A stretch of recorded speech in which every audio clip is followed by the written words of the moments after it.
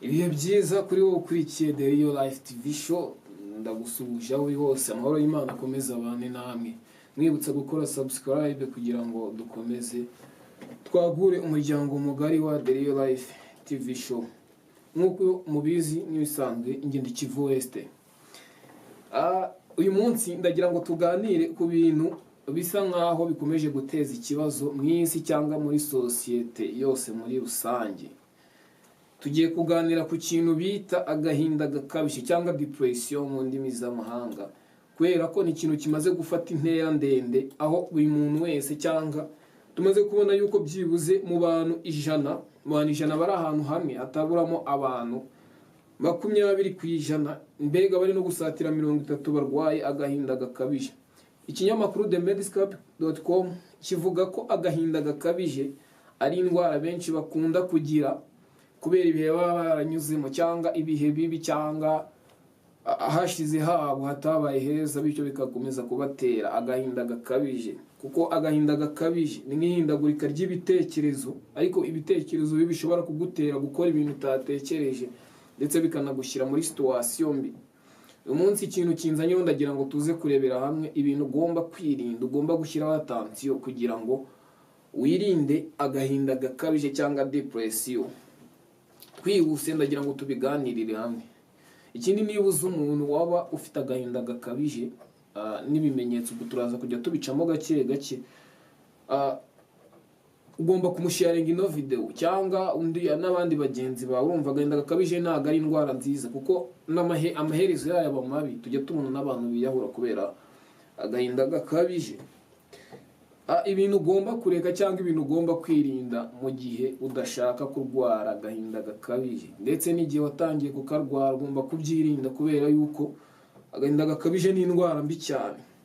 Ikintu cya mbere ugomba kwirinda, irinde kwishinja amakosa, cyangwa igihe cyose wumve hari ibyo utakoze, wumve buri gihe hari ibintu bibi ugomba kuba wakoze, wishinja amakosa. Nagiriye bagenzi banjye nabi, yego turakosa, ariko ni ngombwa kwibabarira, kubera ko mu gihe utibabariye ntago ushobora gukora ikintu n'iki, ntago ushobora kugira passion mu kintu ugiye gukora. Nuvuga ngo ndabyuka mu gitondo nkora iki, gahunda mfite niyo, ugomeza kwishinja amakosa. Ibabarire wowe ubwawe mbere yo kubabarira abandi, ubanza wibabarire kugira ngo ubashe gukomeza gutera imbere. Ko ntago watera imbere gukomeje kwishinja amakosa, nakoze ibi hari bitatunganye. Wowe ubwawe banza wibabarire. Ikindi kintu cya kabiri, igira isuku, kabone nubwo waba utekereza ko nta muntu kwitayeho, ujye ugerageza ugirire isuku umubiri wawe, yaba ku mubiri wawe, ku myambaro yawe. Byibuze wibonye nawe ubwawe ukavuga ngo mfite isuku, ngaragara neza mu bandi, bituma ukomeza kwiha icyizere cyaba yiha situation urimo ndetse n'icyazaza.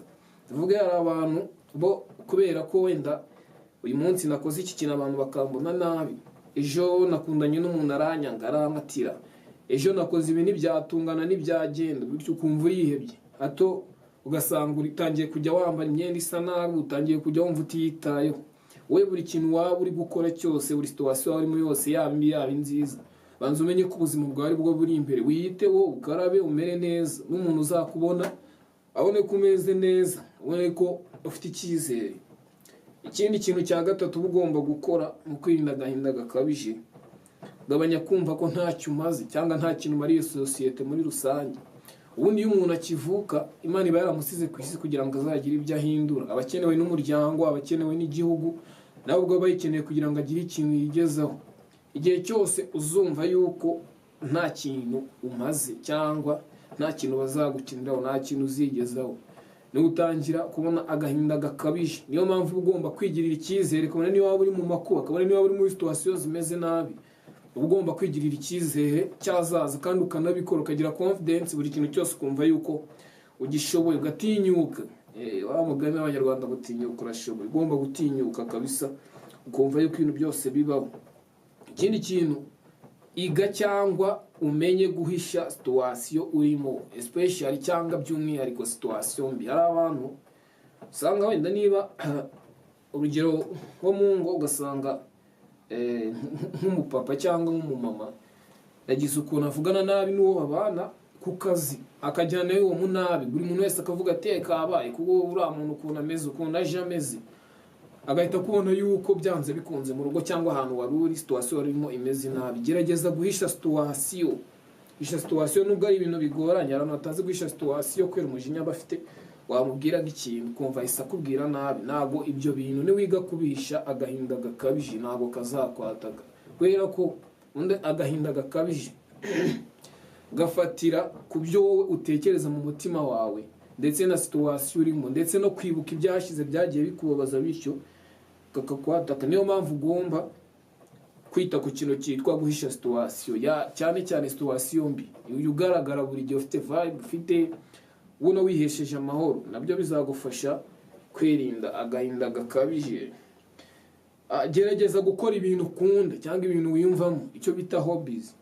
Gerageze niba ukunda gukina umupira ukine mu buryo bwo kwirinda guhuga no kwihugiraho. Gerageze niba ukunda kuririmba ujye ufata akanya mu gihe utari kugira ikintu ukora uririmbe, kuko kwihugira naho bitera kwihugiraho cyane, kwitekerezaho ukagira nago nanone tuvuge ngo kugira guhora mu kavuyo cyangwa guhora ukora ibintu bituma uba muri ambiance ntabwo ari byiza. Ariko nanone ugerageza ugira akanya ko kugira ngo ukore ibintu ukunda, wirinde kwihugiraho cyane. Irinde kwihugiraho cyane, nabyo bizajya bikurinda agahinda gakabije. Irinde kwigereranya n'abandi.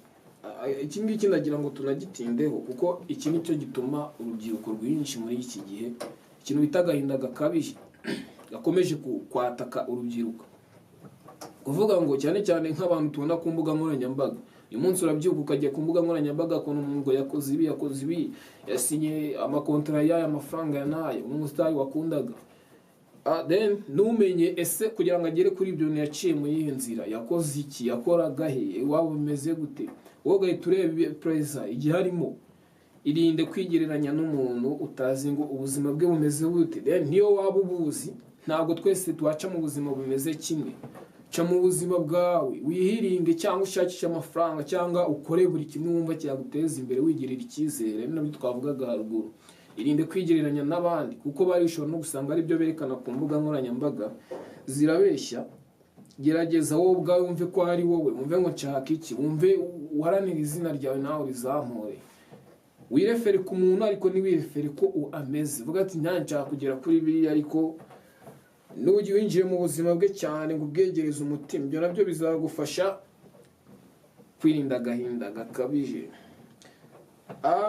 Kwiyumva ko hari ibyo utagezeho kandi ukishinja amakosa, uko waba ungana kose, uwo waba ugeze hose, imyaka waba ufite yose biracyakunda. Ntabwo ari ngombwa rero ngo wumve ko ari ibintu byagucitse. Ari nacyo twavugaga cyo kwigereranya n'abandi. Uriya mwana kuko ari muto akaba ageze kuri ngo ngere ukuntu ungana. Gerageza wumve yuko igihe urimo ari cyo cyawe, wowe ni we, nawe ni wowe. Icyo usabwa no gukora ibyawe, ugahatana, ugaharanira izina ryawe.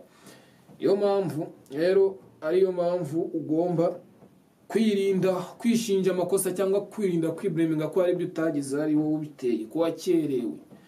Igihe cyawe ubwo ni icyo, nawe tangira ukore, ukazeroho urebe ko ari icyo wakwigezaho. Nirinda indwara y'agahinda gakabije.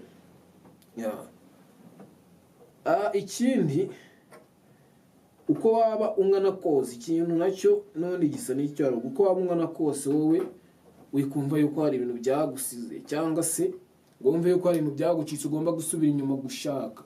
Yego hari ibintu byinshi ubutekereza ukumva byaragucitse, ariko icyo gihe cyo kugira ngo urebe ibiri imbere, urebe future, urebe ikiri imbere yawe cyazaza, aba icyo ufokasingaho, icyo cyagufasha gukomeza kwirinda agahinda gakabije. Ikindi kandi, mu gihe nanone waba uzi umuntu ufite agahinda gakabije, ni ngombwa kumuba hafi. Ari ibyo ibintu twavuze twakwirinda gukora, nawe ushobora kumufasha kugenda muri urwo rugendo, kubera ko indwara y'agahinda gakabije ni indwara mbi cyane, ishobora no kuviramo umuntu kwiyahura, kumva yarihebye, kumva nta kintu kimaze, kumva ko nta kintu azigezaho. Imana iba yarakuremye kugira ngo uze hano ku isi ugire icyo wimarira, ugire icyo umarira igihugu, ugire icyo umarira ababyeyi, ndetse n'Imana ugire icyo uyimarira. Nabashimira kuba mwakomeje kudukurikira rero, nanabashishikariza gukomeza gukora subscribe kugira ngo dukomeze twagure umuryango mugari wa The Real Life TV show. Tujye tuganira buri munsi, by'umwihariko inama z'ubuzima, ubuzima tubayemo, dukomeza tureba uko ibintu byagenda kugira ngo twiyungure ubumenyi. Ku isi kuyibaho no gukomeza kwiga buri munsi. njye mwakurikiranaga ni Kivu West, ndabashimiye mukomeze gukora subscribe munakanda like. Ubutaha nabwo niba hari ikintu ushaka ko tuzaganiraho watubwira muri commentaire. Murakoze, ciao ciao. Waje ugakupa